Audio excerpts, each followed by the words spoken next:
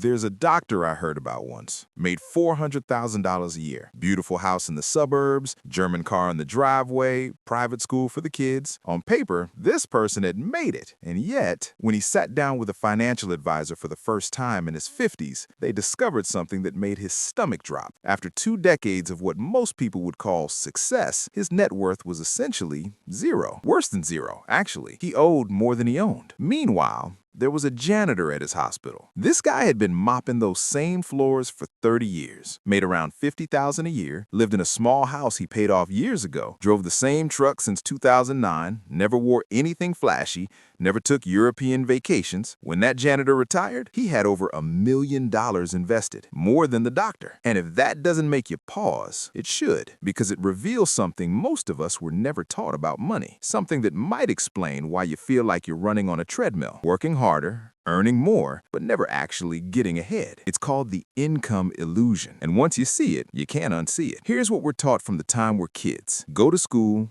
get good grades, land a high-paying job, and then you'll be set. That's the narrative. Earn more, have more. Simple math, right? Except it's not, and the data proves it. About 13 million U.S. households have negative net worths, meaning their debts exceed the total value of everything they own. That was roughly 10.4% of all American households. Think about that. 1 in 10 households owes more than everything they've accumulated combined. And here's what's strange. Research found that millionaires are disproportionately clustered in middle-class and blue-collar neighborhoods, and not in more affluent or white-collar communities. The people who look wealthy often aren't, and the people building real wealth, they're invisible. So why do we keep believing that a bigger paycheck is the answer? Because we confuse two things that sound similar, but are completely different. Income and wealth, cash flow and net worth, what comes in versus what stays. And that confusion, it costs people decades of their lives. Let me break this down in a way that actually makes sense. Income is like water flowing through a pipe. Wealth is the reservoir that water fills up. You can have an enormous pipe, 6 figures flowing through every year,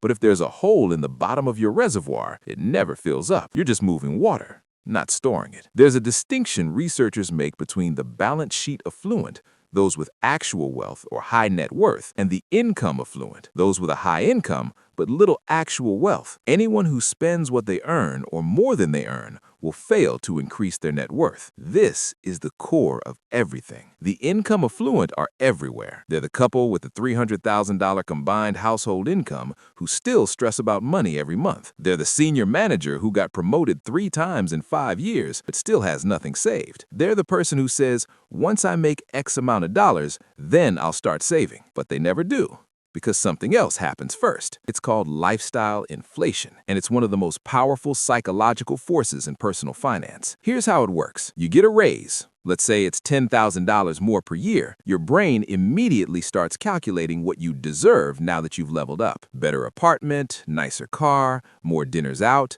the vacation you've been putting off. You tell yourself these are investments in your happiness, in your well-being, in showing up as a successful person. But what actually happens is that your expenses rise to meet or exceed your new income. So you're back to square one. Same stress, same tightness, same feeling of never having quite enough. High-income white-collar professionals are more likely to devote their income to luxury goods or status items, thus neglecting savings and investments. It's not because they're irresponsible. It's because the system is designed that way. Social pressure, marketing, comparison, the neighborhoods they live in, the colleagues they work with. Living in a status neighborhood is not only poor value, but you will feel the need to keep buying status objects to keep up with your neighbors. And this creates an almost invisible trap. For millionaires, the median income is actually $131,000. Interestingly, among people earning over $100K, higher education is negatively correlated with wealth building due to the pressure to maintain a high-status image with higher spending. Read that again. Higher education negatively correlated with building wealth. That sounds backwards until you realize what's happening. The more prestigious your career,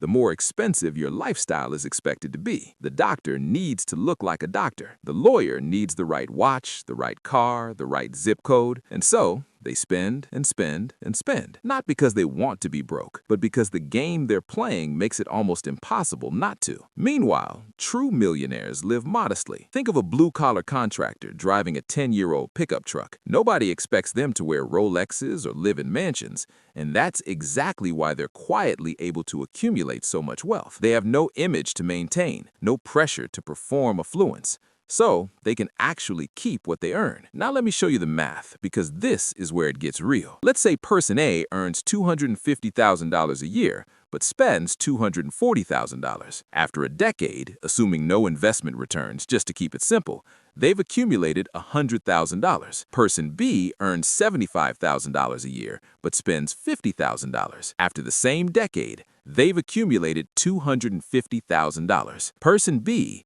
who earned 200% less, ends up with 2.5 times the wealth. That's not a typo. That's math. The top 1% of income earners can clearly save more of their income because less of their income is being taken up by necessities like housing, transportation, food, and education. But here's the twist. While the overall average U.S. savings rate dropped to just around 4% by 2024, the chart highlights important variance across wealth levels. Top earners typically save around 38%, underscoring how discipline and margin matter far more than income alone. The gap isn't just about ability to save, it's about the choice to save. Millionaires save an average of about 25% of their income, not because they have more willpower, because they've built systems, habits, structures that make spending harder and saving automatic. So here's the mindset shift, and I want you to really sit with this one. Your salary is not your wealth. Your salary is just the raw material. What you do with it,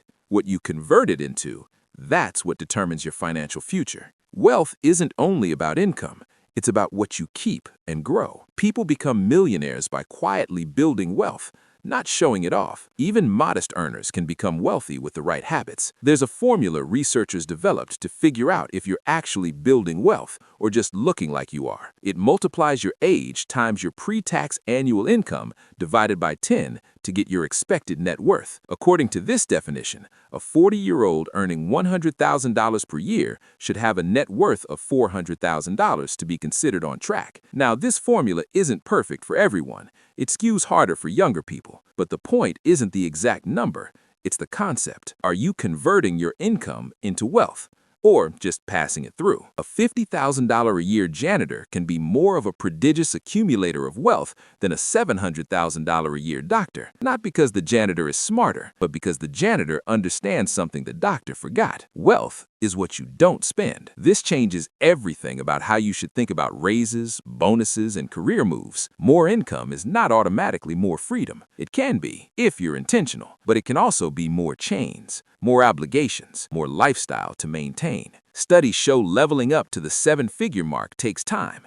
an average 32 years. In fact, 80% of current millionaires didn't hit the net worth mark until they were at least 50 years old. This isn't a sprint. It's a quiet, unglamorous process that nobody posts on social media. It's boring, repetitive, invisible, but it works. So what do you actually do with this? Here's what the research and the patterns suggest. Not extremes, just principles that work for normal people. First, track your net worth, not just your income. Track your net worth annually. Watching progress, going from negative $15,000 to negative $12,000, shows you're improving. It doesn't matter if the number is ugly right now. What matters is the direction. Knowing your number gives you power over it. Second, automate the gap. When you get a raise, don't decide what to do with it. Set up an automatic transfer to savings or investments before you see the money. If your employer offers a 401k match, contribute enough to get the full match. It's immediate free money that improves your net worth. You can't spend what you don't see. Third, fight lifestyle inflation consciously. I'm not saying don't enjoy your money, but ask yourself, is this upgrade going to still matter to me in 2 years? Most of them won't. The nicer apartment fades into normal, the new car becomes just your car, but the compound interest you missed, that doesn't come back. The general thesis is that millionaires live below their means, prioritize saving over spending, don't spend frivolously on luxuries, budget their money, think long-term, and save or invest something like 20% of their income. Fourth, be careful who you compare yourself to. Most people with expensive luxury cars are not millionaires. The people who look rich rarely are because it costs a lot to look rich. The people who look middle class can save a lot more and become rich. If your neighbors have nicer stuff, it might mean they're wealthier than you, or it might mean they're in more debt than you. You have no way of knowing. So stop using appearance as your benchmark. Fifth, and this one is psychological, give yourself permission to not look successful. This might be the hardest one because we live in a culture that rewards display. We're trained to signal our achievements through purchases. The car we drive tells people we made it. The home we live in tells our parents we're okay. But here's the quiet truth. It is expensive to try to look rich. But if you appear to not have money, it's easy to accumulate money. The people quietly building wealth aren't posting about it. They're not performing success. They're just doing it, year after year, while everyone else wonders why they can't get ahead. Here's where I want to leave you. If you've ever felt like you're doing everything right and still not getting ahead, you're not alone. 31% of Americans say their net worth is zero or in the negative, meaning their total amount of liabilities meets or exceeds their assets. Nearly a third of the country is in the same position. And it's not because they're lazy or bad with money. It's because the system teaches us to chase income while ignoring what matters. The slow, invisible, unsexy process of keeping more than you spend and letting time do its work. Most of America's millionaires are first-generation rich. How is it possible for people from modest backgrounds to become millionaires in one generation? The same way it's always been possible. Not by earning more, but by understanding the difference between cash flow and wealth. The key isn't to feel shame, it's to use your number as a baseline for improvement. Negative net worth today doesn't have to mean negative net worth in 5 years if you take consistent action. You don't need to make radical changes tomorrow. You don't need to move to a cabin in the woods or eat rice and beans for a decade. You just need to know what game you're actually playing and start keeping score correctly, because your salary will never make you rich.